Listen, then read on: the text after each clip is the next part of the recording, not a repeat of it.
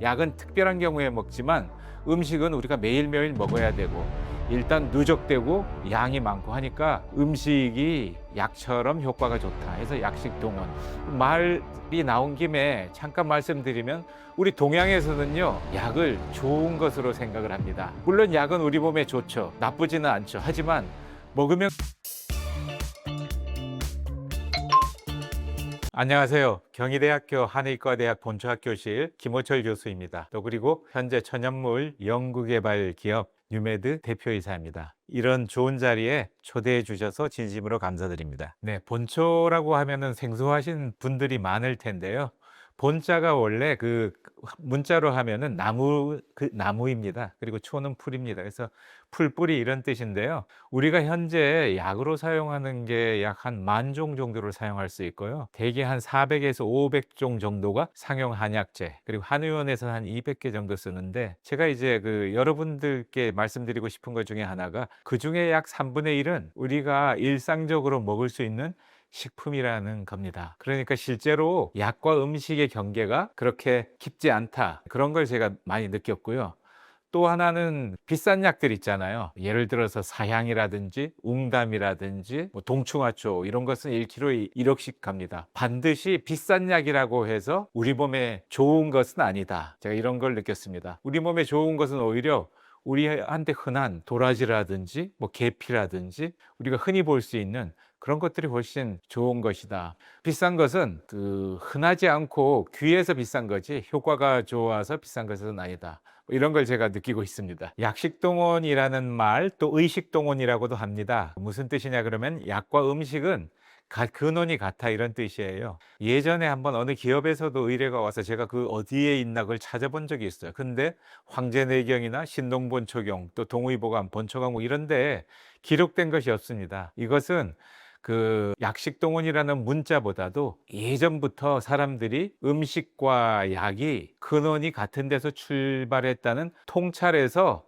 생긴 용어가 아닌가 생각이 됩니다. 다시 얘기해서 예전 사람들은 음식과 약의 구분이 없었습니다. 그러다가 매일매일 먹어도 괜찮은 것들은 이제 음식으로 했고, 또 특별한 경우에 효과가 있는 것은 약으로 구별을 했고, 이렇게 해서 약식동원, 약과 음식의 구별이 되어 왔다고 생각이 됩니다. 그리고 또 하나 의미가 있는데요. 사람들이 약식 동원 이렇게 얘기할 때는 약과 음식의 기원이 같다, 이걸 통해서 사람들이 음식이 약만큼 효과가 좋아, 이런 얘기할 때 이런 뜻으로 보통 이제 약식 동원 이런 얘기를 많이 하거든요. 그런 의미에서 본다면 음식이 정말 약보다 더 우리 건강에 훨씬 더 직접적이죠. 그리고 훨씬 더 영향을 많이 미치죠. 먹는 양으로 봐서도 약은 특별한 경우에 먹지만 음식은 우리가 매일매일 먹어야 되고 일단 누적되고 양이 많고 하니까 음식이 약처럼 효과가 좋다 해서 약식동원. 말이 나온 김에 잠깐 말씀드리면 우리 동양에서는요 약을 좋은 것으로 생각을 합니다. 물론 약은 우리 몸에 좋죠. 나쁘지는 않죠. 하지만 먹으면 그냥 우리 몸을 튼튼하게 하는 걸로 생각을 해서 예전에도 양약은 고구이나 이어병이요 충언은 여기이나 이어행이라, 좋은 약은 입에 쓰나 몸에 이롭고, 이런 사상이 있었어요. 근데 사실 약의 원래 양리학적 정의는 우리 몸에 좋은 게 아닙니다. 우리 몸에 들어와서 우리 몸의 정상적인 기능을 바꾸어주는 물질을 약이라고 합니다. 예를 들어서요, 우리가 아스피린을 먹으면 아스피린이 몸에 좋은 게 아니고 아스피린은 사이클로옥시게네이즈라는 효소를 억제합니다. 그 효소를 억제하게 되면은 어떤 일이 일어나냐 그러면은요, 프로스타그란딘이란 염증이 있을 때 그런 물질들이 나오는데 그 물질들을 덜 나오게 해요. 그러니까 통증도 없어지고 그 다음에 열도 없어지고 이런 효과가 있는 겁니다. 대신에 그 효소를 억제하기 때문에 위점액을 또 덜 분비하게 해요. 그래서 아스피린은 먹으면 속쓰림도 같이 오게 되는 겁니다. 이것이 약의 기능입니다. 결론적으로 약식 동원, 음식은 약만큼 또 약보다 오히려 더 건강에 이롭다, 이런 뜻으로 생각하면 되겠습니다. 제가 세 번째로 또 말씀드리고 싶은 것은 음식이 약보다 또 중요한 이유가 하나 있는데요. 양과 누적에 있습니다. 음식은 우리가 매일 먹잖아요. 그런데 약은 천연물이든 또는 화합물이든 아주 작은 양을 먹어요. 그러니까 먹어서 우리 몸에 그렇게 누적되는 그러한 효과가 있다기보다 그때그때 효과를 나타내는 겁니다. 그래서 음식이 매일매일 누적되는 그 영향력, 그 힘은 어떤 약보다 크고 깊습니다. 그래서 우리가 어떤 음식을 먹느냐가 곧 나다 이런 말이 있잖아요. 그래서 우리가 그 음식의 중요성을 그 약식통은 이렇게 이야기를 하는 겁니다. 이제 암에 걸렸을 때 되게 이제 여러 가지 치료를 하고 또 고민을 하고 또 천연물을 찾게 됩니다. 그래서 이제 제가 이제 본초를 전공하니까 암에 좋은 약재를 이제 소개해 달라 하기도 하고, 또 어떤 분들은 직접 이제 물어봅니다. 뭐 예를 들어서 상황버섯이 좋아요. 또 다른 뭐 약재를 대면서 또 약재 뭐 많이 있는데 어쨌든 그런 어떤 약재가 좋아요 이렇게 물어보면은 제가 좋다고, 암에 좋다고 합니다. 그러면서 제가 한마디 덧붙여요. 그런데 그렇게 좋은 약재는 수십 가지가 넘습니다. 그 원 오브 댐, 그 중에 좋은 것 중에 하나고, 또 하나 이제 저희가 중요한 것 중에 하나가 암에 걸리게 되면 직접 암세포를 공격해 가지고 암을 없애거나 하는 천연물은 아직까지 과학적으로는 연구되지 않았습니다. 대부분 암에 좋다고 하는 천연물들은 우리가 그 섭취하게 되면은 그것이 이제 우리 몸의 정상적인 기운 또는 면역 조절력을 높여줍니다. 그래서 우리 몸에서 스스로 암을 제거할 수 있는 그런 영향을 좀 높게 해주는 그런 기전들이 대부분 연구되어 있습니다. 그래서 그런 것들은 제가 조금 나중에 또 말씀드릴 기회가 있겠습니다만은, 제일 중요한 것은 이제 음식을 드시는 거고요. 그 음식과 함께 이렇게 적절히 드시면은 암을 진행을 억제하는데 또는 예방하는데 또는 치료하는데 보조적으로 도움이 되지 않을까 생각됩니다. 건강에 해로운 음식. 저는 이제 평상시에 농담처럼 이렇게 얘기합니다. 야, 음식 중에 우리 몸에 해로운 게 어디 있어? 다 많이 먹어서 그렇지. 그렇거든요. 실제로 우리가 뭐가 콜레스테롤이 뭐 많은 것, 지방이 많은 것 안 좋다 하지만 그거 다 우리 몸에 필요한 겁니다. 그래서 우리 몸에 해로운 것은 없어요. 그런데 제가 잘 안 먹는 게 있습니다. 사실은 제가 아주 좋아하는 건데요. 밀가루 음식은 잘 안 먹습니다. 라면 아주 맛있는데도 잘 안 먹고, 칼국수 또 이런 것들은 제가 잘 안 먹습니다. 그 이유는 거기에 사용된 밀가루, 예를 들어서 빵도 마찬가지고요. 그런 것들이 정제된 것이기 때문입니다. 정제된 것이 왜 해로운가 하면은요, 그 정제된 것은 부드러운 음식이거든요. 그럼 우리 몸에 쉽게 흡수됩니다. 일단 첫 번째로는 정제 탄수화물이 많아서 혈당을 빠르게 높입니다. 그래서 당이 올라가기 때문에 안 좋고, 그 다음에 이제 두 번째로 이제 그 분식 같은 것은 국물에 양념, 당분 이런 것들이 많이 들어있죠. 그래서 양념, 당분 이런 것들을 먹지 않기 위해서 그런 것들을 안 먹고, 세 번째, 그것도 중요한데요. 단백질이 당연히 이제 단백질이 없는 것이 중요하고, 단백질이 없어서 또 제가 잘 안 먹고, 또 하나는 식이섬유가 부족합니다. 식이섬유가 부족하다는 것은 제가 조금 이따가 또 말씀을 드리겠지만, 장내 미생물이 좋아하는 장내 미생물의 먹이가 없습니다. 그래서 그것을 먹게 되면은 어떤 일이 일어나냐 그러면은 장내 미생물에 의해서 분해되는 산물들이 없습니다. 대장에서 그 장내 미생물이 소화해서 단쇄 지방산을 생성하는데, 그 단쇄 지방산이 우리 몸에 아주 유익합니다. 그런 것들 때문에 제가 먹지 않습니다. 말이 나온 김에 뭐 질문을 하셔도 좋고 제가 한번 말씀을 드리려고 하는 것 중에 하나가 그 식이섬유인데요. 식이섬유는 많이 강조해서 사람들이 잘 알고 있는 내용이기도 합니다. 근데 제가 조금 말씀드리고자 하는 것은, 아까 이제 말씀 안 드린 것 중에 하나가, 그러면 당신은 본초를 하면서 예전 사람들이 먹던 밀가루, 예전에도 그 국수의 그 역사는 한 4,000년이 넘습니다. 먹던 걸 왜 안 먹어? 이렇게 얘기하실 수도 있겠지만은, 현재 우리가 먹는 국수나 또 라면은 그 역사가 100년 조금 넘습니다. 무슨 말씀이냐 그러면은, 예전에는 다 통곡물로 먹었습니다. 그것을 찧어서 먹었기 때문에 다 거기에 섬유가 들어 있었는데, 지금은 아주 정제해서 갈았기 때문에 불과 100여 년뿐이 안 된 그런 음식입니다. 그래서 그것과는 다릅니다. 그런 말도 있어요. 증조 할머니가 모르는 음식은 먹지 말라. 이런 거 예전에는 안 먹었던 음식이에요. 그 식이섬유가 나왔으니까 제가 이제 말씀드리자면은요, 식이섬유라는 개념이 원래는 예전에는 없었어요. 그리고 식이섬유는 우리가 소화를 못 시킵니다. 그래서 영양학계에서는 조물주가 사람을 만들 때 식이섬유를 어떻게 소화를 못 시키게 했냐. 이거 별로 필요 없는 것이다. 라고 이제 생각을 했어요. 그러다가 1950년대 영국의 이름이 트로멜과 버킷이라는 두 의사가 아프리카에 진료를 20년을 했습니다. 그 우간다에서 하다가 보니까 이상한 걸 발견했어요. 거기에 있는 아프리카 사람들이 흔히 걸리는 질환에 잘 안 걸린다는 겁니다. 대장암이나 개실염, 치질, 변비, 그리고 충수돌기염, 그리고 뭐 담석증, 담남령, 그리고 비만, 당뇨 이런 거에 잘 안 걸린다는 거예요. 이상하다고 관찰하기 시작했는데 더 이제 보니까 또 뭘 발견했냐 그러면 그 사람들은 하루에 대변을 500g 정도를 보는데 영국 사람들은 100g 정도밖에 안 본다는 거예요. 그래서 이 사람들이 연구를 하다가 이 아프리카 사람들은 식이섬유를 많이 먹어서 그렇게 변이 많구나. 그 식이섬유의 역할이 중요하구나라고 해서 1975년에 두 사람이 그 책을 유명한 책을 하나 썼어요. 정제 탄수화물, 정제 밀가루, 정제 탄수화물이 인류를 병들게 한다.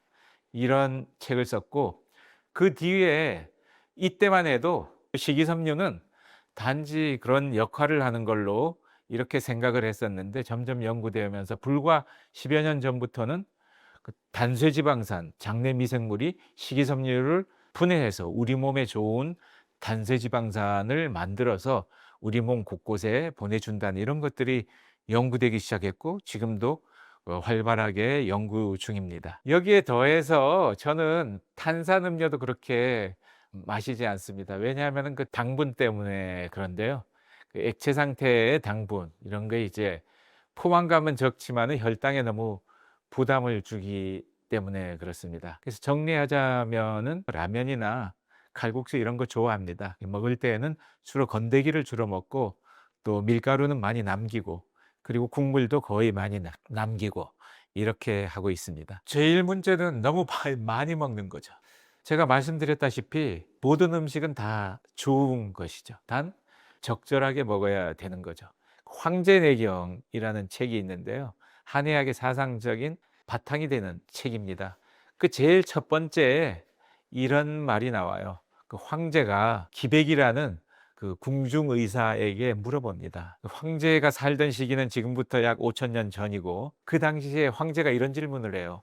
아주 옛날 사람들은 오래 살아서 100살이 되어서도 청년으로 그대로 있는데 지금 사람들은 왜 50만 돼도 꼬부랑 할아버지가 돼서 또 할머니가 돼서 늙어 죽느냐. 그때의 기운과 지금의 기운이 다르기 때문이냐. 이렇게 물어봅니다. 그랬더니 기백이 이렇게 대답을 해요. 그거는 천지의 기운이 다르기 때문이 아니고 뭐 5가지를 얘기하는데요. 그 5가지 다 말씀드리는 것보다 5가지는 뭐 법어음양, 화어술수 이렇게 쭉 5가지를 얘기하는데 쉽게 말씀드리자면은 생활 습관이 규칙적이지 않고 또 이렇게 천기를 잘 따르지 자연을 따르지 않고 자연과 조화를 잘 못 이루고 그중에 하나가 음식 유절, 음식을 절제하지 못해서 그럽니다. 이렇게 얘기를 합니다. 그 당시에도 사람들이 맛있는 걸 많이 먹었나 봐요. 그래서 기백이 사람들이 자기가 맛있는 것만 먹으려고 그러고 또 지나치게 많이 먹고 이것을 얘기합니다.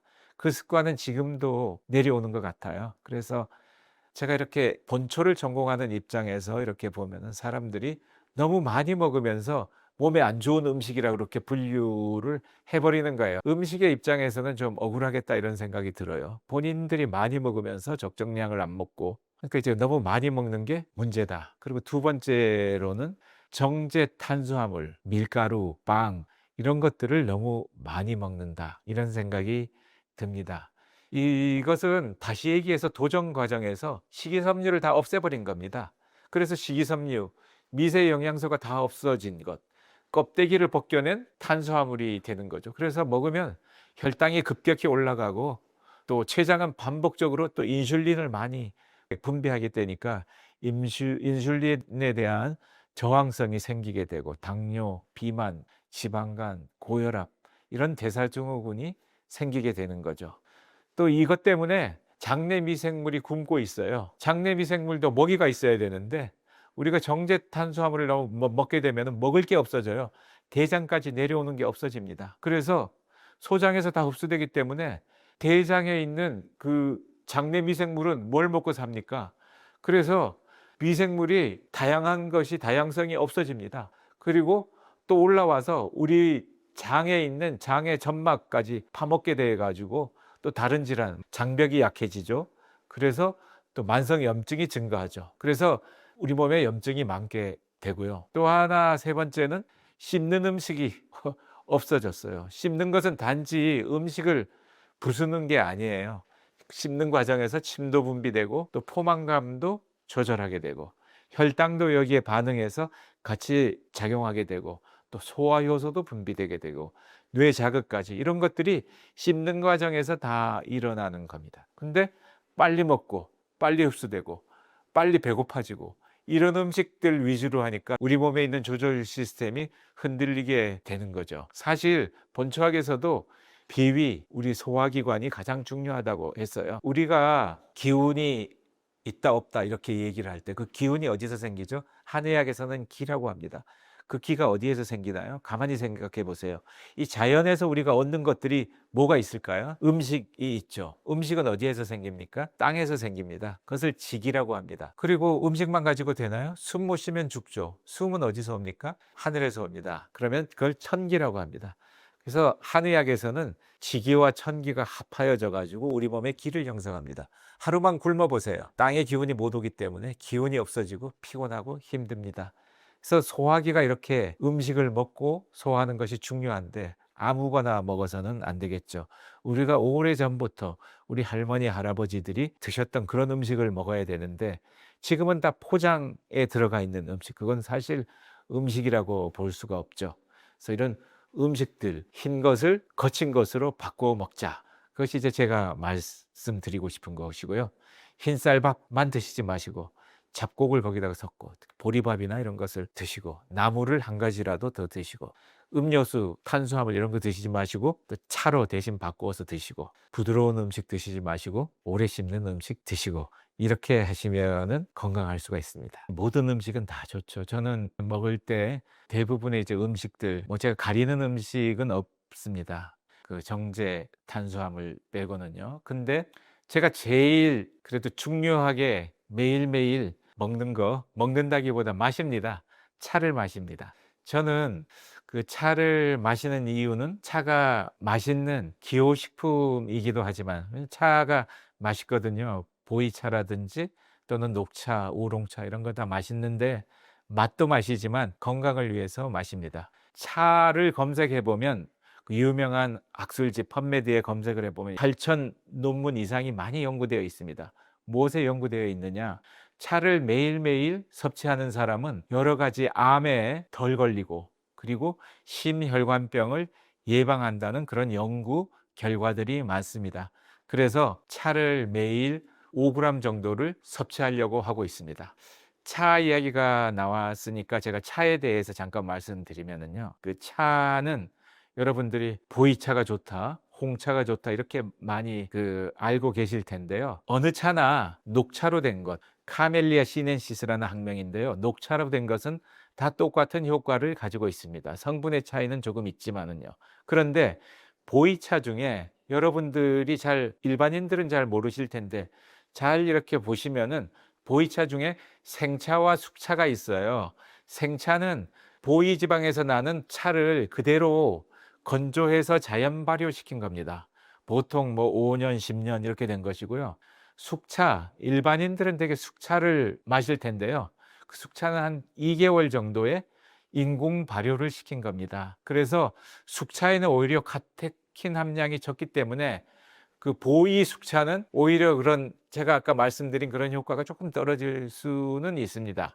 녹차는 차에 산화 요소가 있습니다. 그래서 따자마자 그것을 찌거나 볶아서 산화 요소를 죽여서 산화가 안 되게 해서 푸릇푸릇하게 마시는 것을 녹차라고 하고요.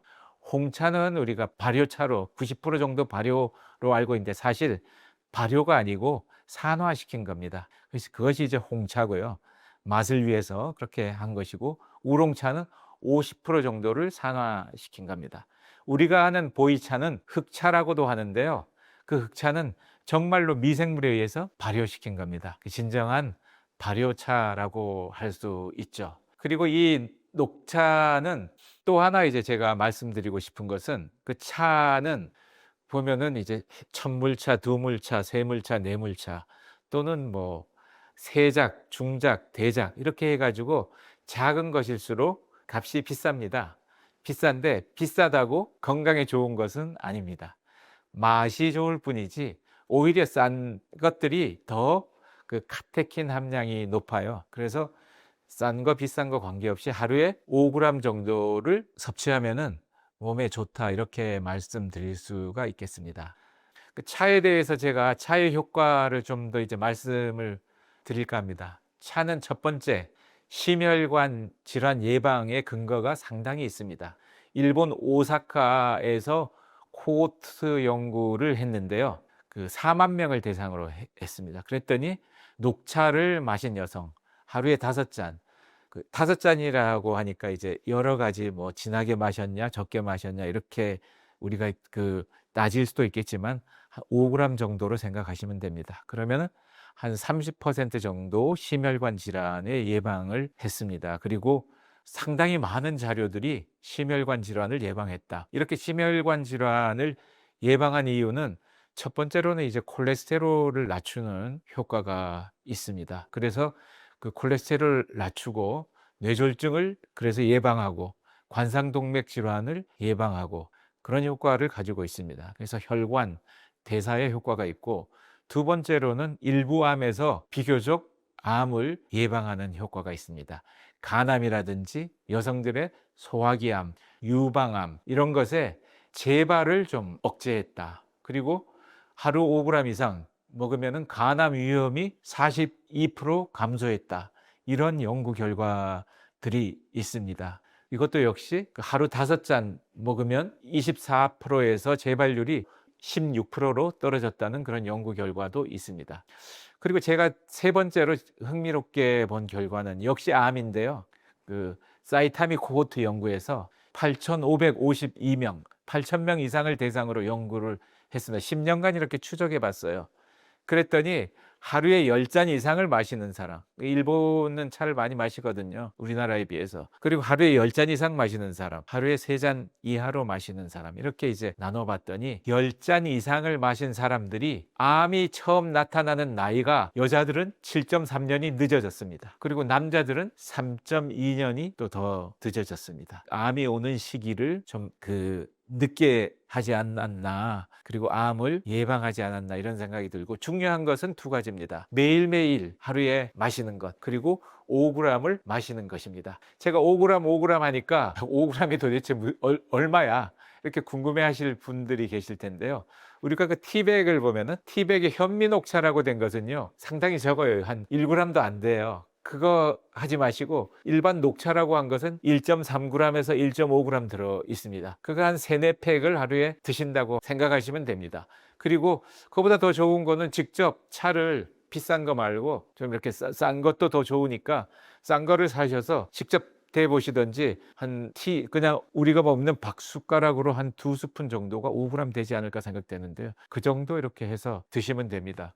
그럼 그것을 물을 넣고 이렇게 우려 드시면 되는데, 대개 이제 한 1분 정도를 우리게 되면은 한 30%, 40%가 나옵니다. 그리고 그 다음에 한 30%, 그 다음 또 우리면은 한 20%, 그 다음에 10% 해서 한 4번 정도 우리면 녹차는 다 그렇게 그 안에 있는 성분들을 흡수할 수가 있습니다. 보이차는 한 10번 정도 해도 계속 나오기 때문에 보이차는 그렇게 오래 또 우려도 괜찮습니다. 먼저 이제 제가 차를 마시는 거에 대해서 그래 그러면 바쁜데 무슨 요새 세상에 그렇게 10잔씩 언제 우려내서 그렇게 마시냐 이렇게 생각하실 수도 있겠습니다. 저는 이제 중국을 자주 가는데 중국 사람들의 그 습관이 괜찮은 것 같아요. 그래서 저도 중국에서 하나 사왔는데요. 그 우리나라에도 보면은 찻집에 이렇게 팝니다. 그 텀블러인데 이제 투명한 텀블러가 있어요. 이중 유리로 되면 더 좋아요. 덜 뜨겁기 때문에.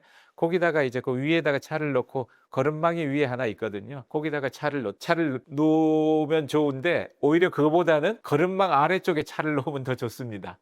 거름망 아래쪽에 놓으면 마실 때는 물에 이렇게 잘 우러나 있고 위로는 거름망 때문에 물만 나오거든요. 그렇게 해서 제가 차를 마십니다. 그렇게 마시면은요 안 좋은 게 있어요. 맛이 별로 없어요, 떫고. 근데 건강을 위해서 마시는 거니까 그렇게 마시는데요. 저는 이제 처음에 그렇게 해 가지고 그것만 계속 마시게 되면은 상당히 진해요. 그러니까 그거 하고 보온병을 하나 이제 옆에 같이 두고 물을 수시로 따라서 희석하면서 마십니다. 그리고 이제 점심 먹고 나서는 한 번 넣을 때 한 2.5에서 3 그램 정도 되거든요. 그래서 거기다가 추가해도 되고 다시 갈아서 다시 넣고 해서 마시게 되면 하루에 5 그램 정도를 쉽게 마실 수가 있습니다. 또 하나 차가 제가 이제 좋다고 이제 말씀드리니까 '아 나도 차를 먹어야지.' 하는데 좀 문제가 있어요. 특히 이제 우리나라 사람들은 나이가 들어가면서 이제 위가 위장이 안 좋아집니다. 매운 것을 많이 먹고 저도 그렇게 좋은 편은 아닌데 그러면 이제 차 때문에 카페인 성분이 좀 속이 쓰려요. 그래서 이제 속쓰림이 오는데 그때는 제가 따로 개발한 게 있어요. 작약 추출물인데요. 그거 먹으면은 위 점막을 자극해서 점액을 바로 나오게 합니다. 그럼 속이 안 쓰려요. 그래서 그런 거 해서 같이 해서 먹기도 합니다. 그리고 식후에 먹으면은 또 괜찮습니다. 중국 사람들은 차 문화가 발달된 것이 기름졌잖아요. 그래서 기름진 음식을 먹으면서 차를 먹으면 자연스럽거든요. 우리나라 음식들은 자극성 있는 게 많아서 그런 것을 먹고 또 차를 마시면 자극이 심해서 조금 차를 마시기가 불편하실 수 있습니다. 근데 자극성 있는 음식이 또 우리 몸에 좋은 건 아니니까요. 차를 마시면서 약간 좀 기름진 것도 괜찮습니다. 그렇게 같이 드시면 좋고요. 카페인이 또 염려되시는 분들이 계신데 그 카페인의 함량이 차 1 그램에 20 밀리그램 정도 들어 있습니다. 티백 하나에 보통 한 30 밀리그램에서 40 밀리그램 정도 들어 있어요. 5 그램을 마시게 되면은 80에서 100 밀리그램 정도의 카페인을 드시는 거예요. 80, 100 이렇게 감이 잘 안 잡히시죠? 우리가 이제 커피, 믹스 커피를 드시게 되면은 그 안에 80 밀리그램 정도의 카페인이 있습니다. 대개 미국 FDA에서는 400 밀리그램 이하를 마셔라 이렇게 권장하고 있습니다. 그래서 그 정도의 양은 그렇게 많은 양은 아니에요. 그리고 우리나라 사람들은 어렸을 때부터 카페인을 먹지 말라고 커피 먹지 말라고 하도 소리를 들어서 카페인이 마치 나쁜 걸로 생각을 하는데 카페인은 나쁜 게 아닙니다. 좋은 겁니다. 뇌의 능률을 높여주고 육체적 힘을 키우게 하고 하기 때문에 좋습니다. 다만 숫자를 계산하거나 악기를 연주하거나 하는 미세한 것. 골프는 잘 모르겠어요. 골프도 미세하다 그러면은 카페인이 안 좋을 수도 있는데 미세한 것은 카페인이 좋지 않지만 뇌의 능률, 육체적인 능률을 높이는 데는 카페인이 좋습니다. 그리고 커피하고 또 차에 있는 카페인이 다르다고 생각하는 분들이 계시는데 똑같습니다. 같은 성분인데 똑같은 양이라도 차는 덜 흡수가 됩니다. 철분 등을 포함해서 카테킨 성분이 떫은 성분이 흡수를 방해합니다. 그래서 카페인 흡수가 덜 될 수가 있어요. 식후에 차를 드시는 건 좋은데요.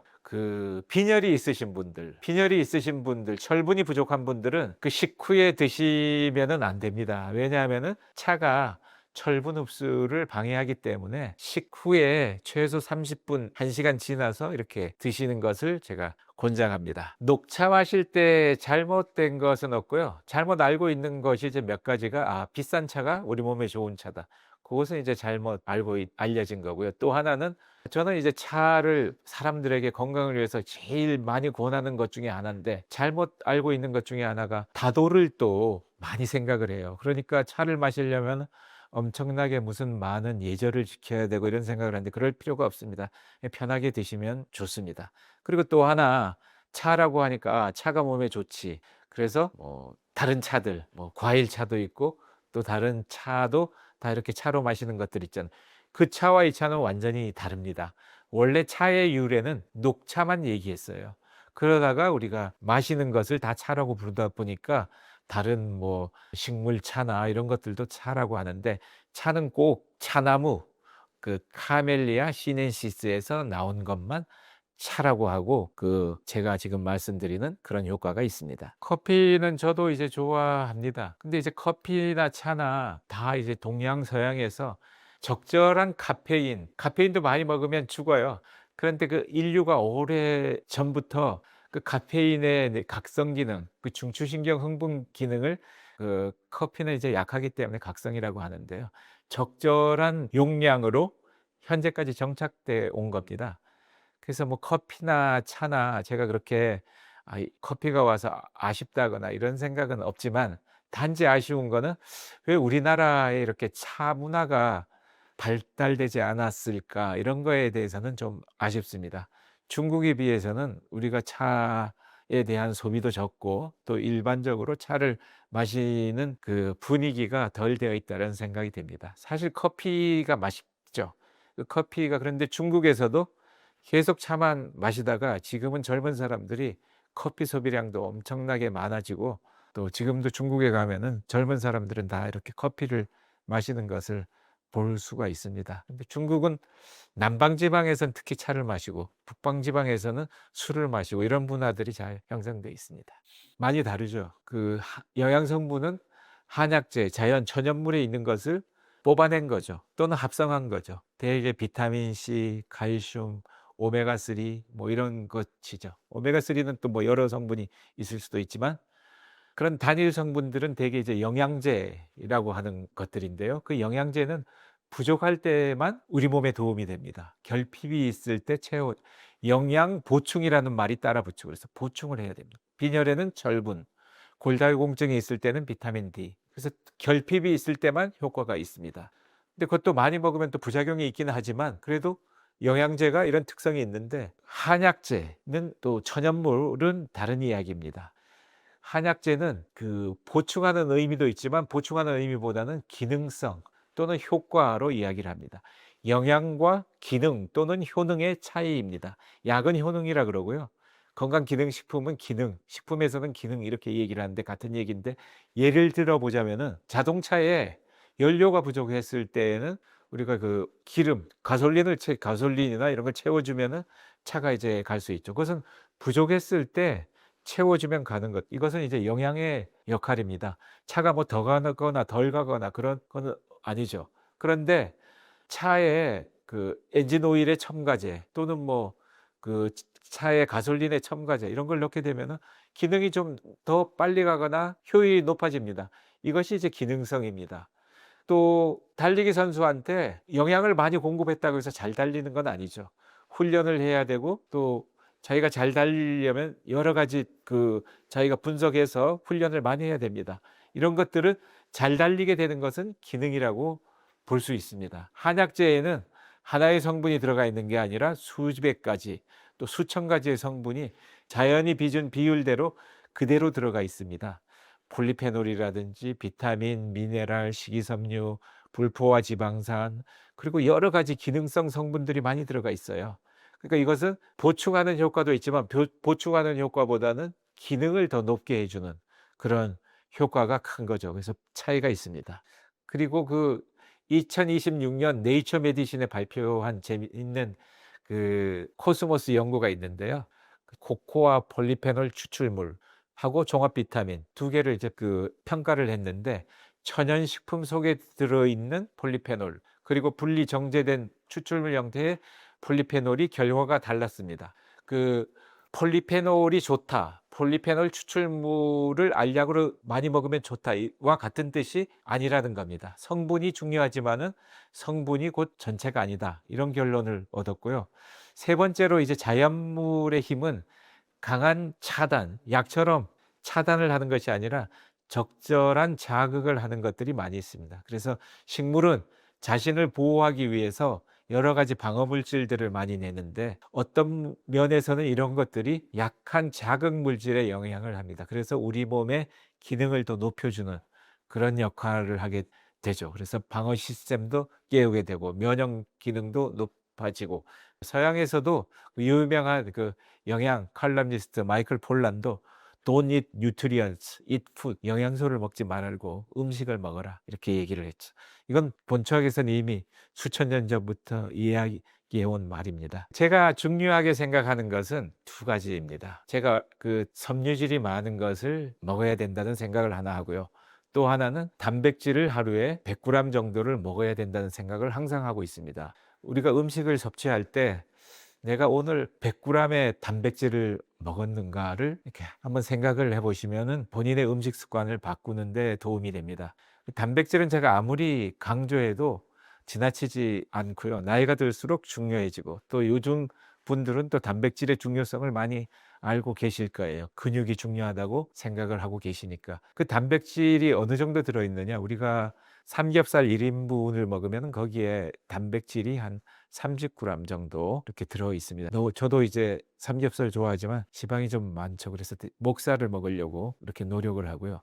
계란 하나에 흰자위에 한 7-8g 정도 들어가 있습니다. 그래서 계란 한 2개 정도를 제가 아침에 주로 먹고요. 오늘 아침만 해도 제가 계란 한 2개 정도 먹고요. 저는 또 그릭 요거트를 먹으면 거기에 한 10g 정도, 100g에 10g 정도 단백질이 들어있기 때문에 그 정도, 보통 한 25에서 30g을 섭취하려고 그렇게 하고 있습니다. 그렇게 먹고, 집에서는 이건 보통 제가 이제 그 연구실에 있을 때 제가 스스로 이렇게 해서 많이 먹고요. 집에 있을 때는 되게 된장찌개, 이런 발효 음식, 콩 음식, 두부, 된장찌개, 콩나물 이런 것을 많이 먹고, 또 이제 경우에 따라서는 고기도 이렇게 구워 먹기도 하고, 평범한 그 식단입니다. 그리고 제가 일주일에 한 3번 정도는 점심때 또 운동을 하기 때문에 그 운동하고 바로 그 비빔밥을 항상 사 먹어요. 그 근처에서 항상 가는 곳이 있습니다. 빨리 또 먹는데 거기에는 비빔밥 반찬까지 하면은 한 10가지 이상의 그 채소가 들어 있어서 '아, 이 정도 채소면 괜찮겠다.' 이런 생각을 하고요. 또 이제 식이섬유를 위해서는 한 3-40 가지 정도 이렇게 많이 섞어서 드시는 게 좋습니다. 그래서 한 번에 드시는 게 아니라 일주일에 한 30-40개 정도, 30-40 가지 나물 같은 거 다양하게 이렇게 드시는 게 좋습니다. 나누어야 될 것 같아요. 혈관에 좋은 것, 혈당에 좋은 것. 먼저 이제 혈당부터 말씀드리자면은요. 혈당을 가장 많이 낮추어 주는 것, 과학적으로 연구된 것은 계피입니다. 계피를 약 한 1.5g 정도 이렇게 먹으면 혈당을 낮추어 주는 걸로 연구가 되어 있습니다. 그래서 하루에 1.5g. 그런데 또 그렇다고 해서 계피를 너무 많은 양을 드시면은 그렇게 또 좋지는 않습니다. 그래서 그 정도의 1.5g 정도의 양을 계피를 드시면 좋고요. 또 인삼도 혈당을 내리지는 않지만 그 인슐린 저항성이나 이런 것을 호전시킨다, 이런 결과가 또 있습니다. 또 혈관의 영역에서는 또 마늘입니다. 마늘을 먹으면 혈관 염증을 그 억제해 주는 그런 효과가 있습니다. 그 마늘에 대해서도 상당히 많은 연구 결과들이 있는데, 마늘은 콜레스테롤을 낮춰주는 효과도 그 연구되어 있습니다. 그리고 또 관성동맥에서 죽상반이 실제로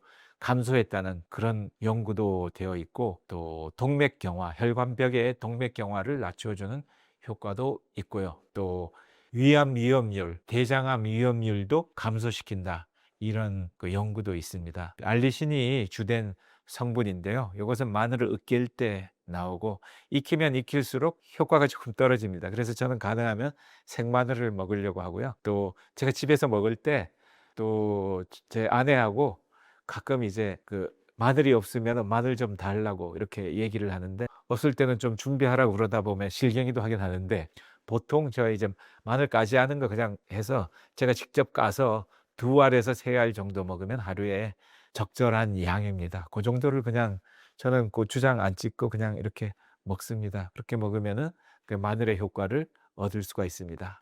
그래서 또 이제 생강을 말씀드리고 싶은데요. 생강은 이 둘 다의 효과를 가지고 있습니다. 가장 좋은 것은, 혈관에 좋은 것은 마늘, 또 혈당에 좋은 것은 말씀드린 계피지만, 생강은 둘 다 그런 효과를 가지고 있습니다. 그래서 생강을 먹으면은 혈당을 낮춰주는 효과, 그리고 이제 항암 효과도 같이 가지고 있습니다. 그리고 이제 약재 중에서는 황련이란 약재가 있는데요. 그것은 이제 베르베린 성분이 혈당을 강화시키는 그런 효과가 있습니다. 이것은 뭐 식품이 아니고 약이니까 그렇지만, 이제 식탁에 계피를 드실 수도 있고, 근데 계피는 우리가 흔히 먹는 건 아니니까 생강, 마늘 이 두 가지를 항상 이렇게 생각을 하시고 드시면은 양념에도 좀 많이 넣으시고 이러시면은 그 혈당을 내려주고 또 항암 효과도 얻으실 수가 있습니다. 저는 뭐 많이 있는데요. 하나 예를 들자면 콩을 말씀드리고 싶어요. 그중에서도 발효된 콩, 된장이나 청국장 이런 것을 말씀드리고 싶어요. 콩은 사람들이 야 단백질이 많은 식품이다. 그래서 우리 몸에 좋다. 이렇게 이제 알고 계실 텐데요.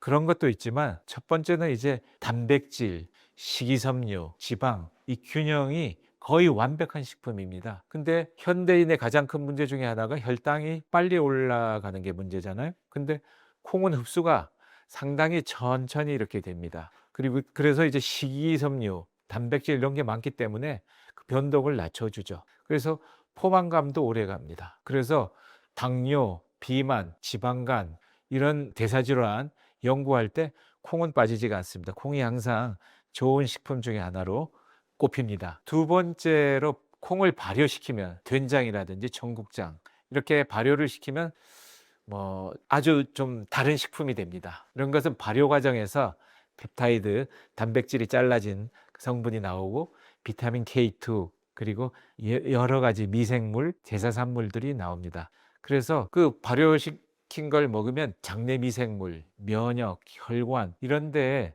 그 좋은 효과가 있기 때문에 발효 콩이 몸에 좋습니다. 저는 그 개인적으로 우리나라 음식 가운데에서 위대한 발명 중에 하나가 우리 조상들이 개발한 된장, 청국장이 아닐까 이렇게 생각을 합니다. 그리고 그 콩은 세 번째로 음식과 약의 경계가 제일 그 덜한 겁니다. 그 본초학에서도 콩이 약으로 쓰이는 경우가 많이 있습니다. 그냥 검은 콩은 신을 보호하는 데 썼고요. 또 콩 중에서도 뭐 까치콩 이런 것도 이제 기를 보호하는 데도 사용되어 왔습니다. 또 그리고 이미 많이 알려진 대로 콩 중에서는 이소플라본이라든지 여러 가지 성분이 있어서 뭐 에스트로겐과 비슷한 효과를 한다든지 이런 것은 이미 잘 알려져 있지 않나 생각합니다. 세상에는 이제 슈퍼푸드 좋은 게 많지만은 정말 좋은 식품은 매일 먹을 수 있는 음식이죠.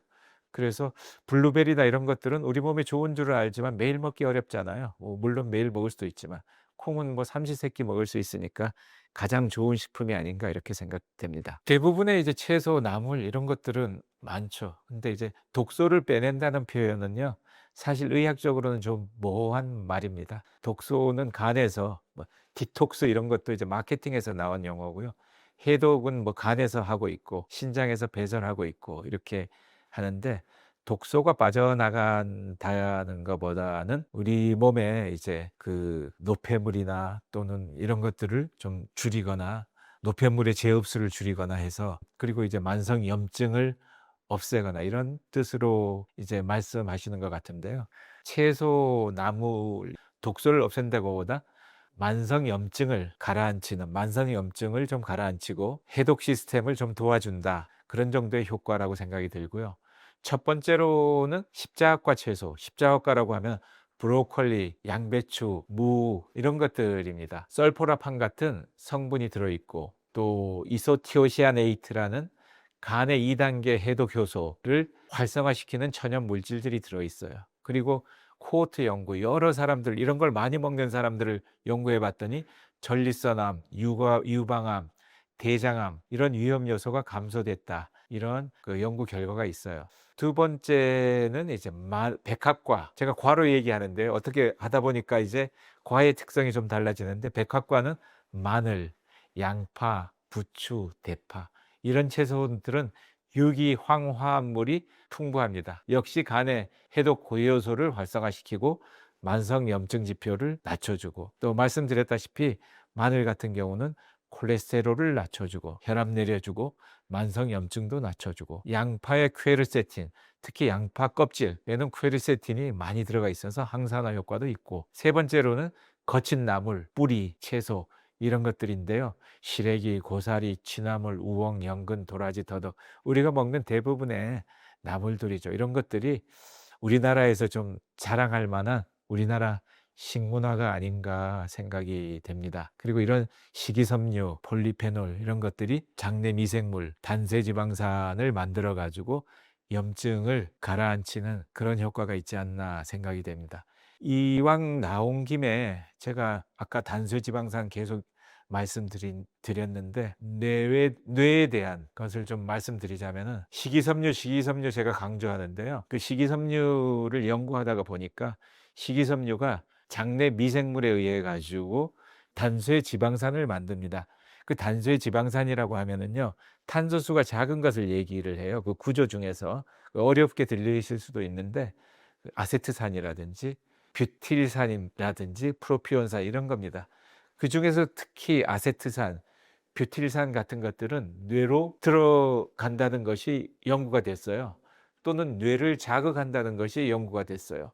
그래서 그걸 계속 먹게 되면은 뇌에 BDNF라는 뇌에 영양인자가 있습니다. 그 영양인자를 많게 해서 인지 기능을 높여준다거나 또는 뇌의 치매를 예방한다거나 또 그런 효과가 있고, 또 뇌세포가 덜 죽게도 해가지고 그런 효과도 있고, 또 우울증 이런 것도 예방하는 효과가 있다는 것이 지금 막 연구되고 있고 최근 10년간 활발히 되어 있어요.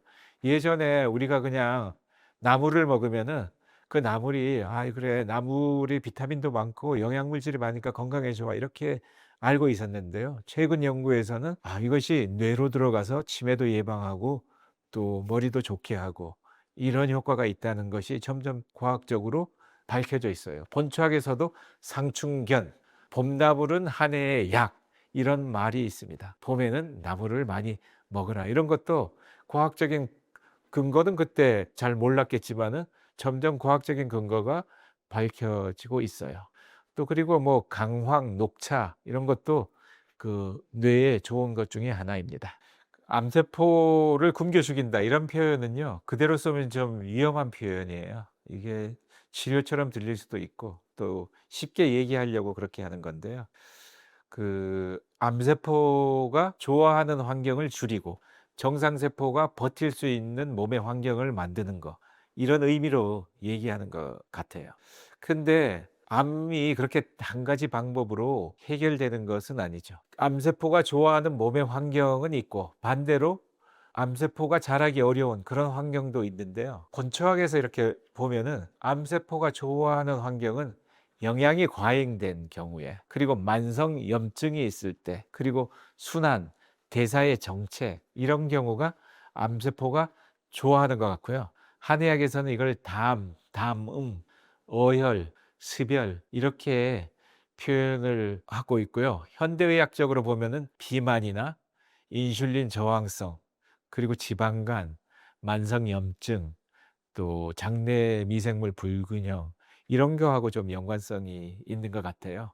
그러니까 첫째로는 혈당, 인슐린이 계속 높은 환경을 줄여 줘야 됩니다. 암세포는 빠르게 자라기 위해서 많은 에너지, 재료 이런 것들을 필요로 하는데요. 그래서 단 음료라든지 과자, 흰빵, 그다음에 면, 밀가루 음식, 과도한 정제 탄수화물 이런 거는 혈당을 급격히 올리기 때문에 좋지 않죠. 이거는 오히려 암을 굶겨 죽이는 게 아니라 암세포를 더 이제 먹여 살리는 거죠. 식탁에서는 흰쌀밥보다는 잡곡, 콩, 채소, 나물 이런 거를 함께 먹어야 혈당이 천천히 오르게 되죠. 그리고 두 번째로는 이제 만성 염증을 낮추는 식탁을 만들어야 되는데요. 암은 단순히 세포 하나의 문제가 아닙니다. 주변 환경, 또 염증, 면역 상태에 영향을 많이 받기 때문에 가공육이라든지 튀김, 또 과도한 당, 술 같은 염증을 키우는 음식을 줄여야 되고, 채소, 해조류, 콩, 뭐 발효식품, 차 이런 것이 좋습니다. 그리고 이제 십자합과 채소 말씀드린 이제 브로콜리, 양배추, 무, 케일 그리고 마늘, 양파, 부추 같은 백합과 채소류, 또 시래기, 우엉 이런 것들이 좋고요.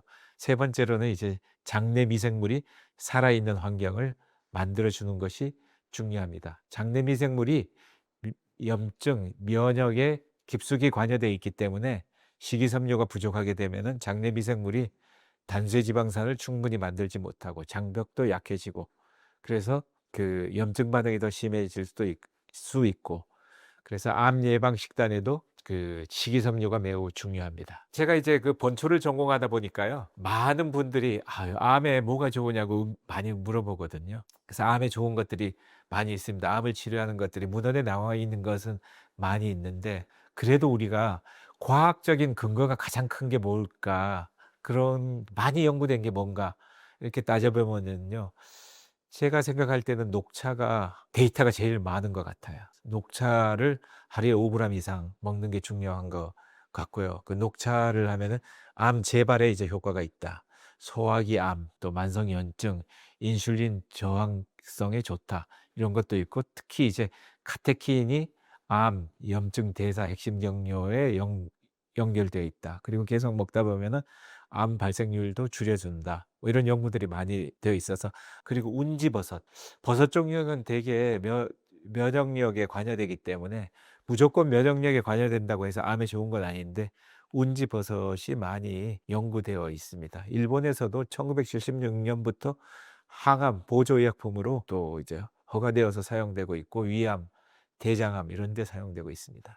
세 번째는 표고버섯의 이제 레티난 성분인데요. 이것도 이제 많이 연구되어 있고, 위암, 또 소화기암, 또 NK셀 활성, 또 면역 회복 이런 데이터가 많이 되어 있고요. 네 번째는 또 환기가 많이 되어 있어요. 폐암, 위암 환자에서 항암제 병용 메타본서, 항암제하고 같이 썼을 때 효과가 있다. 이런 연구가 되어 있고요. 인삼, 홍삼도 암 관련해서 피로를 줄인다든지 삶의 질을 높인다든지, 직접적으로 암을 치료한다기보다 그런 연구가 많이 되어 있습니다. 그리고 또 이제 황금탕이라는 게 이제 예일대 중국계 교수가 있는데, 그 양반이 FDA 임상시험까지 들어간 대표적인 연구고, 황금탕, 간세포암, 췌장암 대상으로 다국적 3상 임상시험을 지금 하고 있죠. 그리고 십전대보탕도 많이 돼 있어요.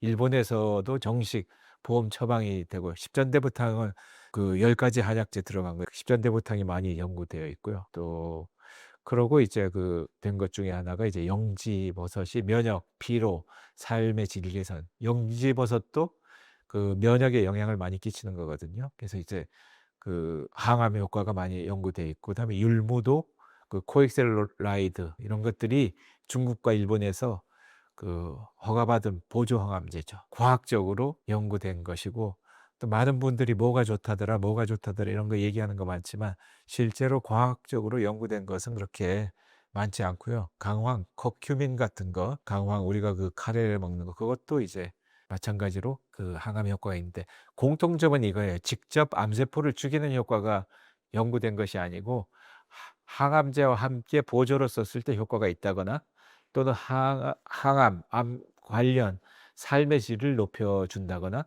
또는 뭐 수명을 연장시켜 준다거나, 이런 계통으로 연구된 것들이 대부분입니다. 그 대장과 뇌를 동시에 살린다 이런 말이 좀 그렇기는 한데, 결국 우리가 먹는 음식들 중에서 이제 식이섬유가 풍부한 음식들은, 예전에는 그 식이섬유를 먹게 되면은 그게 이제 그 변비도 예방하고 우리 몸에 좋은 것이다 이렇게 했지만, 한 10여 년 전부터 그 식이섬유가 뇌에 아주 중요한 역할을 한다는 것이 연구되기 시작했어요. 어떤 역할을 하느냐 그러면은, 그 식이섬유 중에서 대장에 내려가게 되면은 그 식이섬유가 그 단세지방산으로 바뀌는 거예요, 미생물에 의해서. 그 단세지방산이라고 하면은 탄소수가 작은 것을, 이제 적은 것을 단세지방산이라고 하는데, 뷰틸산이라든지 아세트산, 프로피온산 뭐 이런 것들을 단세지방산이라고 합니다. 그중에 아세트산, 뷰틸산, 특히 이제 뷰틸산 같은 것이 뇌에 큰 역할을 한다고 밝혀져 있는데, 어떤 역할을 하느냐고 봤더니 뇌의 일부는 들어가기도 하고요. 미주신경, 신경을 통해 가지고 뇌를 또 자극하기도 해서 BDNF라는 뇌의 영양물질을 많이 생성하게 한다는 것이 알려졌어요. BDNF가 많아지니까 어떤 역할을 하냐 그러면, 이 BDNF는 뇌에 들어가서 그 인지 기능, 기억력도 좋게 하고, 또 뇌가 죽는 것, 그러니까 뇌세포를 덜 죽게 하는 거죠. 우리가 보통 치매라고 하면은 뇌세포가 많이 천천히 죽어가서 생기는 거거든요. 근데 이제 뇌세포를 덜 죽게 하는 거예요. BDNF를 통해서도 그렇지만, 그 뇌교세포, 마이크로글리아라는 것이 있는데, 그 염증, 뇌의 염증을 또 억제해서 뇌세포를 덜 죽이는 역할도 하는 거예요. 그래서 뇌세포가 덜 죽게 되니까 치매가 걸리는 그 시간을 좀 연장시키는 거죠. 그래서 이제 이런 역할을 하는 것이 단세지방산의 역할, 식이섬유의 역할이죠. 이런 것이 그런데 어디에 있느냐? 거친 음식들에 있다는 겁니다. 그러니까 식이섬유는 우리 몸이 소화하지 못하는 그런 것을 이제 거친 음식이라고 표현을 했는데요.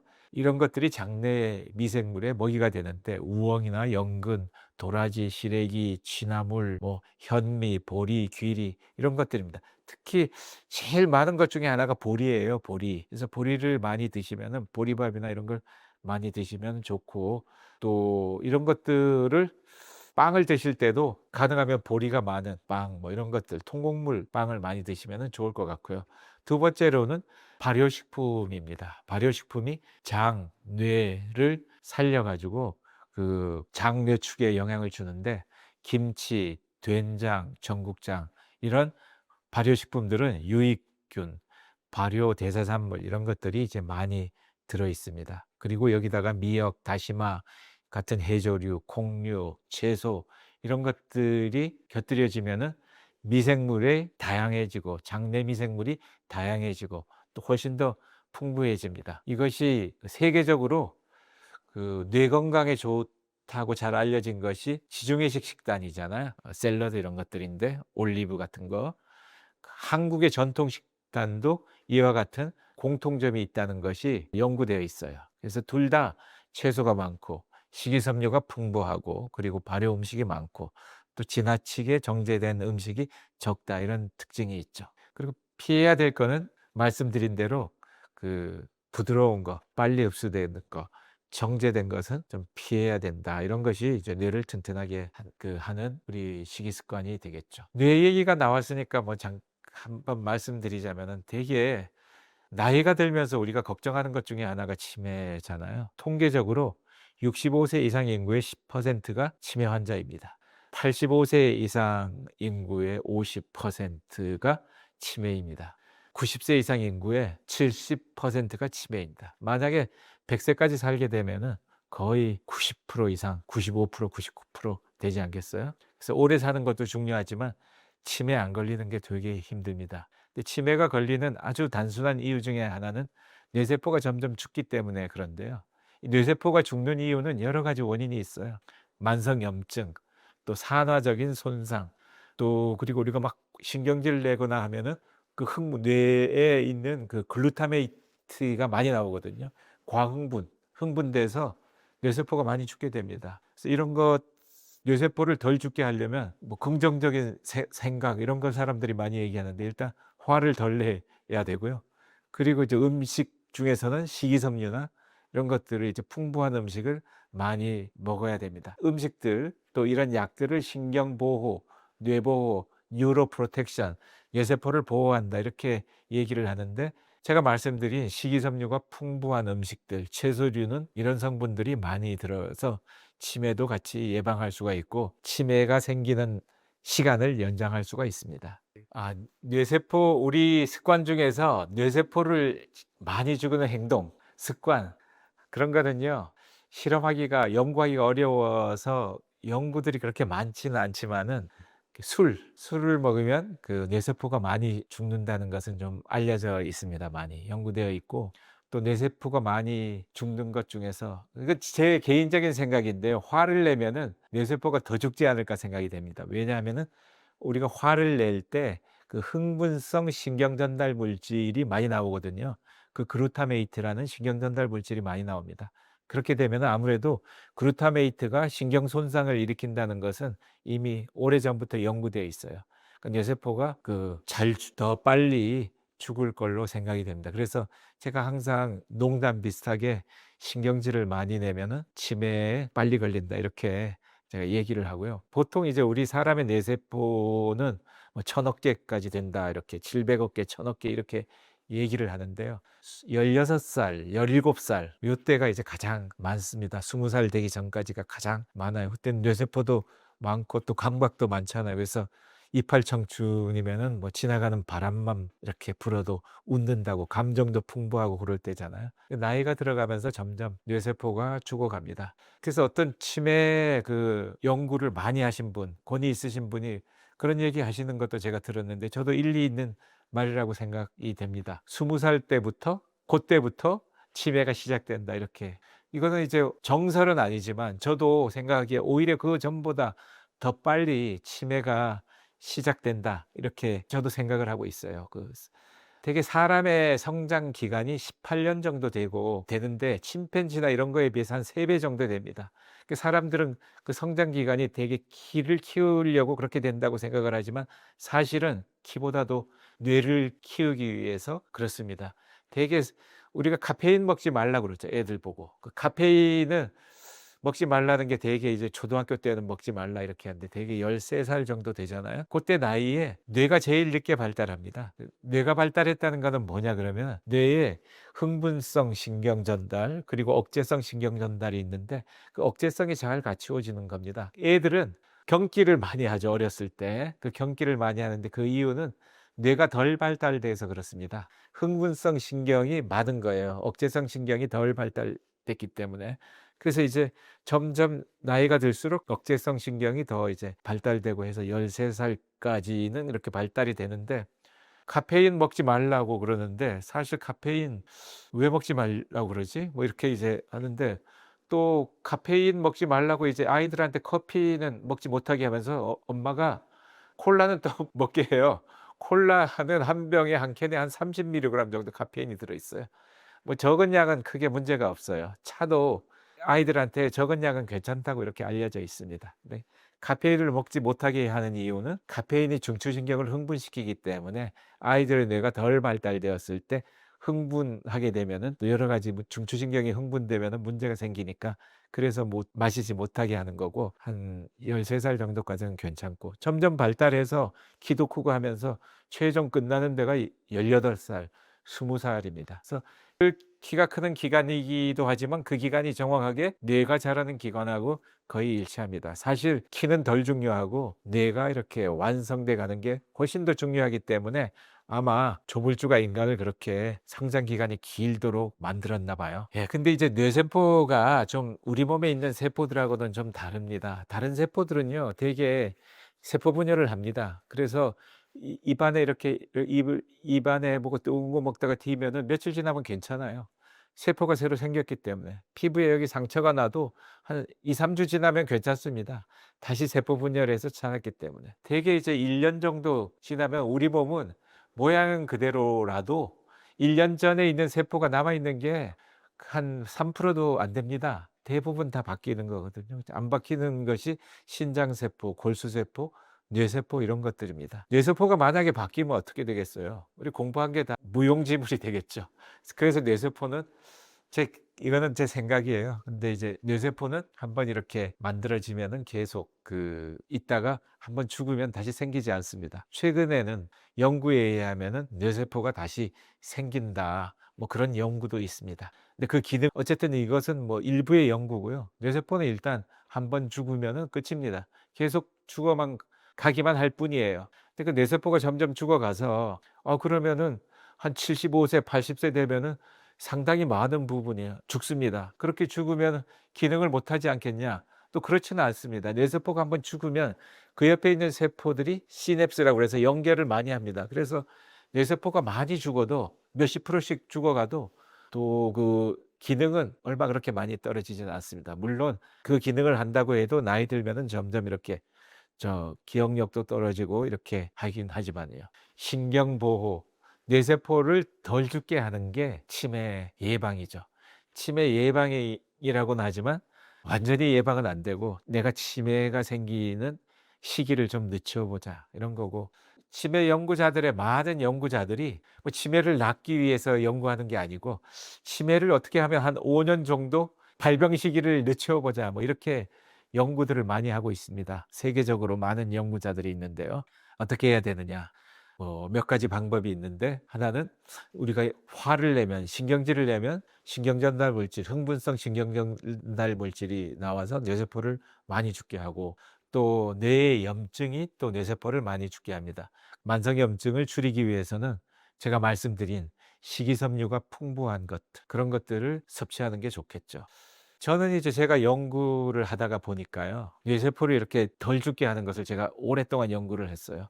저는 치매 연구를 한 것이 아니고 그 중풍 연구, 뇌의 혈관을 막아서 뇌세포가 그것도 천천히 죽기 때문에 메커니즘이 비슷한데, 그걸 하다가 제가 이제 특허를 세계적으로 낸 것 중에 하나가 그 올레산, 올레이기 엑시드입니다. 올레산이라는 물질인데요. 그것이 원래 이제 거기서 올레산부터 한 것이 아니고 밀몽화라는 한약재에서 성분을 분리하다 보니까 올레산이 나왔어요. 근데 그 올레산이 어디에 많은가 봤더니 올리브 오일에 많은 거예요. 한 50% 이상. 아, 그래서 '올리브 오일이 좋겠구나.' 근데 그때까지만 해도 이제 올레산의 역할이 그렇게 많이 잘 알려지지 않아서 제가 특허를 낼 수 있었는데요. 그 뒤로 제가 연구를 많이 했고, 그 뒤에 제가 이 연구가 한 15년 이상 되었는데, 그때부터 제가 계산을 했더니 올리브 오일 2스푼 정도가 되는 것 같아서 올리브 오일 2스푼을 그때, 요즘은 잘 먹지는 않는데 많이 먹었고요. 또 우리나라 그 경상도 지방에 가면 중풍이 걸렸을 때 참기름을 이렇게 먹이기도 해요.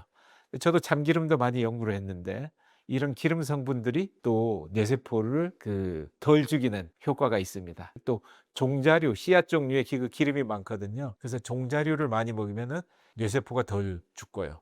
식이섬유 이런 걸 많이 먹으면은 또 뇌세포가 덜 죽고.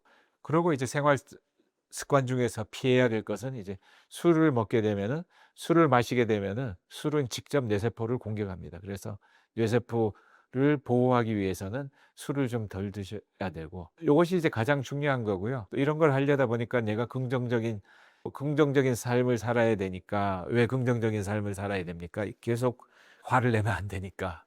긍정적인 삶을 살기 위해서 봉사도 하고 뭐 좋은 일도 하고 여러 가지 긍정적인 생각, 그리고 집중해서 하는 좋은 취미 생활, 이런 것들, 또 운동 같은 것도 뇌에 아주 도움이 됩니다. 뇌를 자극도 하고 뇌세포가 죽어가는 것을 또 보호하기도 하고, 이런 습관들, 우리가 장수하는 습관들의 대부분이 또 치매를 예방하는 습관과 상당히 많이 겹칩니다. 치매의 전조 증상은 알기가 어렵지만은요, 뭐 인지 기능이 떨어지니까 검사를 해 봐야 되는데 그 몇 가지가 있기는 한데요. 갑자기 생각이 안 납니다. 자기가 이렇게 차를 몰고 직장을 가다가 또는 전철을 타고 가다가 직장이 생각이 안 나요. 그런 일이 가끔 일어나기도 하고요. 또 단어가 생각이 안 나요. 그래서 미장원에 갔다 와야 된다고 하는데 하나 거기 갔다 올게. 거기 계속 이렇게, 그런 증상들이 많이 자주 이제 일어납니다. 기억력이 떨어졌다, 이런 것은 치매의 전조 증상이라고 보기는 어려워요. 하나의 노화의 한 증상 중에 하나라고 볼 수 있습니다. 근데 그런 증상이 나타나면은 이미 좀 늦었다고 보고, 또 그래 또 절망을 할 필요가 없는 것이 '내가 뇌세포가 죽는 속도가 좀 빨라서 그렇구나.'라고 생각을 하고, 습관이라도 그때부터라도 내가 좋은 습관을 바꾸려고 하고, 내가 먹는 음식을 바꾸려고 하고, 술을 드시는 분들은 술을 좀 줄이려고 하고, 이런 생활을 해야 되겠죠. 그래서 사실 어떻게 보면은 이렇게 치매를 예방한다는 것은 한 젊을 때부터 내가 좋은, 한의학에서는 양생이라고 합니다. 양생. 생활 습관을 자기가 잘 가지는 것이 중요합니다. 사실 젊을 때는 다 건강하고 모르기 때문에 '그런 게 뭐가 필요 있나.' 하고 생활의 우선순위에 덜 두지만은, 사실 그 본인이 건강에 관심을 가지고 또 본인이 일을 좀 '내가 열심히 해서 늦게까지 해 보겠다.' 그러면은 이런 좋은 생활 습관을 가져야 됩니다. 치매를 보통은 이제 그 인지기능 검사를 해서 치매를 진단하고 하는데, 저는 이제 진단하는 사람이 아니고 이제 연구를 하다 보니까, 제가 이제 치매에 관심 갖게 된 동기는, 제가 이제 그 동물에다가 그 중풍을 일으키는 모델을 제가 그래도 우리나라에서는 거의 처음으로 그 모델을 가지고, 사혈관 폐쇄 모델이라고 쥐의 뇌혈관을 이렇게 막아요. 막게 되면은 10 분만 막아 두면은 20 분간 쥐가 이렇게 기절해 있다가 일주일이 지나고 보면 뇌세포가 천천히 죽어 가지고 거기에 뇌세포가 해마 부분에 뇌세포가 죽습니다. 제가 어떤 특정 한약재나 특정 물질을 넣으면은 덜 죽어요. 그러면 그것은 '아, 이 물질이 염증을 예방했구나. 염증 때문에 또는 항산화 때문에 뭐 여러 가지 원인 때문에 뇌세포를 덜 죽게 하는 거잖아요. 제가 발견한 것은 그 기전도 발견했지만 중요한 것은 '아 이런 물질들이 뇌세포를 덜 죽게 하는 거구나.' 뇌세포를 덜 죽게 하는 것을 신경보호라고 합니다. 그 신경보호는 치매에만 필요한 것이 아니에요. 사람의 뇌는 다 이렇게 계속 나이가 들면서 죽어갑니다. 치매는 대뇌 피질 부위에 뇌세포가 많이 죽어 가지고 생긴 것을 치매라고 하고요. 그 파킨슨 병은 그 도파민이 나오는 부위, 흑질 그 부위가 죽어간다. 그래서 파킨슨은 그 부위가 작기 때문에 그렇게 발병률이 그렇게 크지 않아요. 헌팅턴 병도 천천히 죽어가고 그래서 이 퇴행성 신경변성 질환이라고 합니다.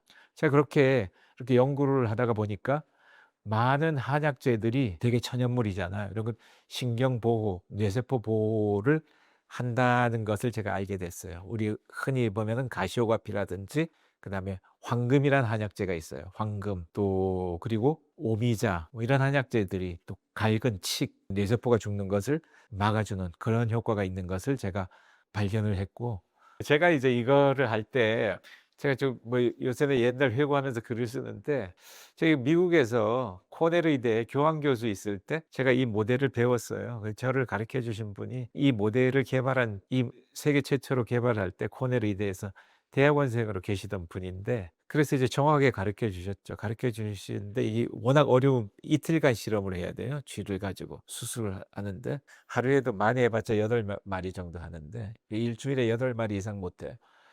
거기서 개발하고 실험하고 있는 게 있었어요. 실험하고 있는 물질이 있었는데 30% 정도를 막아주는 거예요. 그래서 거기서는 계속 그걸 신약으로 개발하기 위해서 하고 있었는데 처음부터 실험을 못 하고 왜냐하면 실험을 배워야 되니까 오기 전에 한국에 귀국하기 전에 90 년대 말에 "이거 한번 투여해 보자." 경희대 한방병원에서 많이 쓰는 처방 2 개를 가져왔는데 하나를 딱 했는데 60%를 방어한 거예요. 60%.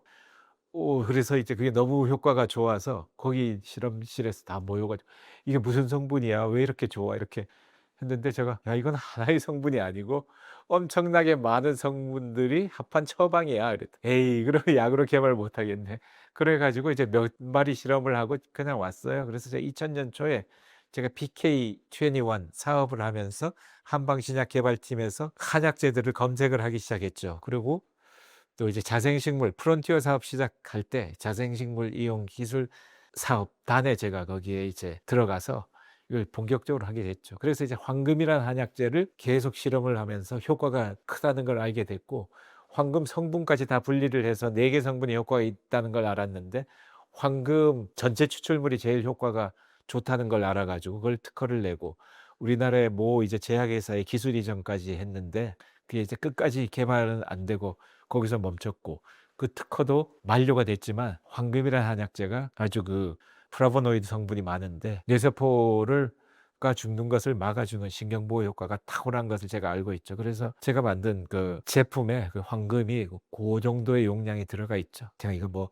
광고하려고 하는 거 아니고 이거 스토리를 이렇게 얘기하다 보니까 그렇게 된 거고 그래서 우리가 살면서 이런 게 중요합니다. '아 내가 단백질을 어느 정도를 섭취해야 되겠지.' 저는 그런 생각을 하고 있어요. 물론 제가 연구자이고 또 이제 본초 전공자라서 그렇죠. 우리가 먹을 때 태도가 그런 거죠. 나이가 들어갈수록 우리가 먹는 게 중요하잖아요. '아 내가 단백질을 우리 얼마 하루 섭취했지?' 결코 복잡하지 않습니다. 저도 오늘 뭘 먹었는지 대강 아니까. '단백질을 얼마나 섭취했지? 아 내가 식이섬유는 어느 정도 섭취를 했지? 그러고 신경보호 효과가 있는 것들이 좀 내가 섭취를 했나?' 뭐 그런 생각을 좀 하고 있어요. 지금 이제 질문하신 게 상당히 이제 중요한 질문이고 우리가 좀 생각을 해 봐야 되는 겁니다. 지금 하신 질문은 특히 천연물을 연구하는 또 한의학에서 본초를 전공하는 저에게는 상당히 중요합니다. 왜냐하면은 대부분 모든 서양약들은 임상을 다 마친 거예요. 3상 또는 4 상까지 합니다. 그래서 효과가 어느 정도는 확실한 뭐 부작용이 가끔 나타나기도 하지만 효과가 다 개런티 보증을 하는 거죠. 근데 한약은 그렇게 연구한 게 그렇게 많지 않아요. 그러면 어떻게 해야 되냐 그러면 추론을 해야 돼요. 추론을 해야 되는데 동물 실험에서 효과가 있는 것이 사람이 먹었을 때 효과가 있을까? 그런 생각을 해야 되잖아요. 대개 저는 제 나름대로의 기준을 잡습니다. A, B1, B2, C, D, E. 동의보감에 나오면 저는 E라고 생각합니다. 근거가 제일 높은 것은 A. 그것은 여러의 임상시험, 메타 분석까지 해서 효과가 확정된 것은 뭐 임상까지 한 것은 A. 대개 B1, B2도 괜찮다고 생각합니다. B는 임상까지 한 것, C 정도는 동물 실험 정도를 한 것, 이렇게 제가 나누고 있는데요.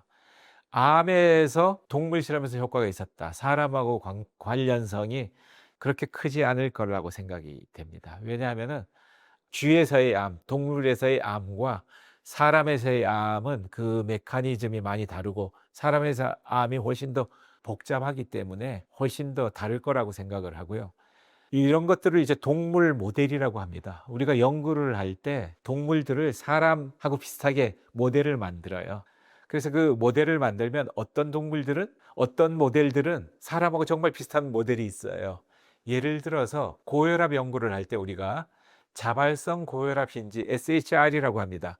그건 한 마리에 비싸요. 되게 몇십만 원 하죠. 지금 한 마리에 한 3-40만 원. 요즘은 실험 안 해봐서 모르겠는데 되게 비싸요. 그런 것들은 사람하고 비슷해요. 되게 이제 우리 고혈압의 한 80-90% 이상은 본태성 고혈압, 또 필수 고혈압, 에센셜 하이퍼텐션, 뭐 역사적으로 이게 고혈압이 원래 있어야 된다고 해서 잘못 이름 지어진 거지만 뭐 필수 고혈압, 본태성 고혈압 이렇게 얘기하거든요.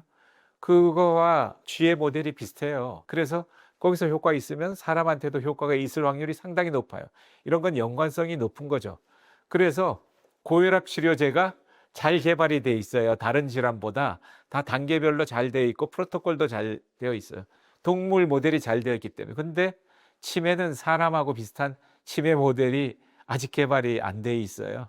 비슷하게는 하려고 하죠. 그래서 동물 모델에서 효과가 있다는 것이 사람에게도 효과가 있다라고 이렇게 딱 그 연관성을 많이 찾기는 어려워요. 아주 낮지만 우리가 유추해서 어느 정도의 효과는 되겠다 이렇게 유추할 수 있을 뿐이죠. 암도 저는 비슷하다고 생각해요. 동물 실험은 두 가지로 우리가 생각할 수가 있습니다. 하나는 메커니즘을 보기 위한 동물 실험, 또 하나는 그 모델을 만들어서 그 효과를 보기 위한 동물 실험. 이건 제가 개인적으로 그렇게 나누는 겁니다. 그 메커니즘을 보기 위한 것은 여러 가지가 있겠지만은 이 동물에서 소염 작용이 있느냐, 염증을 없애는 작용이 있느냐, 그건 어떻게 합니까? 쥐에다가 염증을 일으키거나 부종을 일으켜서 부종을 억제하는, 염증 중에서도 부종을 억제하는 효과를 보면 되는 거예요. 그렇지만 그 효과가 있어서 사람한테도 그런 효과가 있을 확률은 많죠. 그럼 그걸 가지고 어떤 질환을 치료하느냐는 동물 모델을 만들어야 되는데 그 모델은 조금 다른 얘기입니다. 그래서 동물 모델을 가지고 우리가 실험하는 목적은 기전을 밝히기 위해서, 그 기전은 사람하고 비슷할 확률이 좀 많기 때문에, 그리고 검색하기 위해서, 스크리닝하기 위해서 합니다. 예를 들어서 아이들 성장, 제가 이제 성장 연구를 많이 해서 그런데요. 키가 크는 것을 동물에서 어떻게 알 수 있을까요? 키가 크는 것을 동물에서 제가 2000년 초에 1990년대 말에 그거를 이제 어느 기업에서 의뢰를 받아서 그걸 가지고 이제 하려고 봤더니 제대로 된 논문이 없는 거예요. 제품은 있는데. 그래서 봤더니 뭐 머리 코에서부터 꼬리까지를 재고 또 입에서 꼬리까지 잰 것도 있고 엑스레이를 본 것도 있는데 차이를 알 수가 없어요. 왜냐하면은 성장은 약을 안 먹인 거가 같이 자라기 때문에 10마이크로미터 차이를 구별할 수가 있어야 돼. 근데 그렇게 엑스레이는 2차원이기 때문에 할 수가 없고, 또 다른 방법도 이거는 더 말이 안 되고. 그래서 제가 고민을 했어요. 도대체 어떻게 해야 쥐의 성장을 볼 수 있을까? 그래야 이제 사람한테도 효과가 있을 테니까. 제가 이제 고민을 하다가 한 방법이 테트라사이클린을 쥐한테 주입을 하고 그 다음날 쥐를 죽여서 뼈를 보면은요, 칼슘이 많은 부위, 매일매일 성장판이 이렇게 있으면 그 성장판이 연골세포예요. 뼈가 아니고 매일매일 뼈로 돼요. 그 바뀌는 부분에 칼슘이 많아요. 그 부분이 테트라사이클린이 주입된 부분 전체로 다 주입돼 있는데 칼슘이 많은 부분은 형광으로 보여요. 형광 현미경에서 띠처럼 보이는 거예요. 그래서 제가 이 방법을 24시간 간격으로 2번 투여했어요. 그랬더니 어제 띠는 그 전에 띠 한 것은 아래로 내려가 있고 새로 생긴 띠는 이렇게 됐고, 그것을 이제 제가 그 세 부위를 재고 또 자른 또 입체니까 또 세 개의 깊이대로 재고 또 세 부분대로 재고해서 9포인트를 잡아가지고 평균을 냈죠. 그렇게 해서 그 모델을 검색할 모델을 만들었어요. 그렇게 해도 쥐는 매일매일 또 달라져요. 그 성장 속도가 달라지기 때문에 생일이 같은 쥐를 썼고, 또 대부분의 동물 실험은 남자 쥐를 가지고 많이 해요. 여자는 호르몬의 변화가 심해서. 근데 성장은 또 여자 쥐로. 왜냐하면 스트레스에 민감하기 때문에 피의 냄새를 맡은 쥐는 또 안 커요. 그래서 이런 컨트롤을 다 해서 제가 한 4년 정도 걸려서 검색 모델을 만들어 가지고, 그다음에 한약재를 몇 천 개의 한약재를 가지고 효과 있는 것들을 검색해서 제가 그 차이를 발견하고 또 개발을 하게 된 거죠. 정리하자면은 우리가 동물 실험을 하는 목적은 효과가 있는지 없는지 검색, 그리고 그 동물 모델에 사람하고 비슷한 모델에 효과가 있는지를 또 알기 위해서, 또 메커니즘을 알기 위해서, 이런 목적으로 동물 실험을 하는 겁니다. 근데 동물 실험 정도만 돼도 효과가 사람하고 어느 정도 되는지를 조금은 좀 이렇게 판단할 수 있는데, 세포 실험은 전혀 별개의 이야기입니다. 세포 실험과 사람하고의 상관성은 아주 낮지 않나 이렇게 생각이 됩니다. 사람의 세포를 가지고 하는 것도 있고 동물의 세포로 하는 것도 있고, 사람의 세포지만 문제는 약이 우리 몸에 들어오면은 흡수 과정을 거치고 또 대사 과정을 거쳐서 혈액중에 가서 또 그 세포에 도달하는데, 세포 실험을 하면은 그 과정들이 다 생략돼 버려요. 그래서 실제로 우리가 먹는다고 해 가지고 그 정도의 양이 거기에 들어갈 확률은 적습니다. 한약재 중에도 항균 성분들이 많이 있어요. 그 항균 성분들은 시험관에서는 또 세포 정도에서는 항균 효과가 큰데 먹으면 항균 효과가 없어요. 상당히 많은 양을 먹어야 됩니다. 뭐 제가 지금까지 다 말씀드린 것 같습니다. 우리가 뭐 몸에 좋은 거 이렇게 제가 본초를 하니까 "몸에 좋은 게 뭐예요?" 이렇게 물어봅니다. 그러면은 사실 몸에 안 좋은 게 별로 없습니다. 대부분이 좋고, 또 뭐 인삼이 좋아요, 황기가 좋아요, 뭐 이렇게 당귀가 좋아요 하는데, 그렇게 따지면 좋은 게 상당히 많습니다. 근데 정말 우리 몸에 좋은 것은요, 우리가 매일 먹는 음식이죠. 사실 매일매일 먹을 수 있다는 음식은 독성이 그렇게 크지 않다는 거고요. 또 우리 몸에 부작용이 덜하다는 거거든요. 사실 우리가 매일 먹는 된장국이나 김치나 뭐 이런 것들이 다 우리를 건강하게 해 주는 거죠. 물론 고기나 이런 것들은 단백질 섭취를 하게 해 주지만.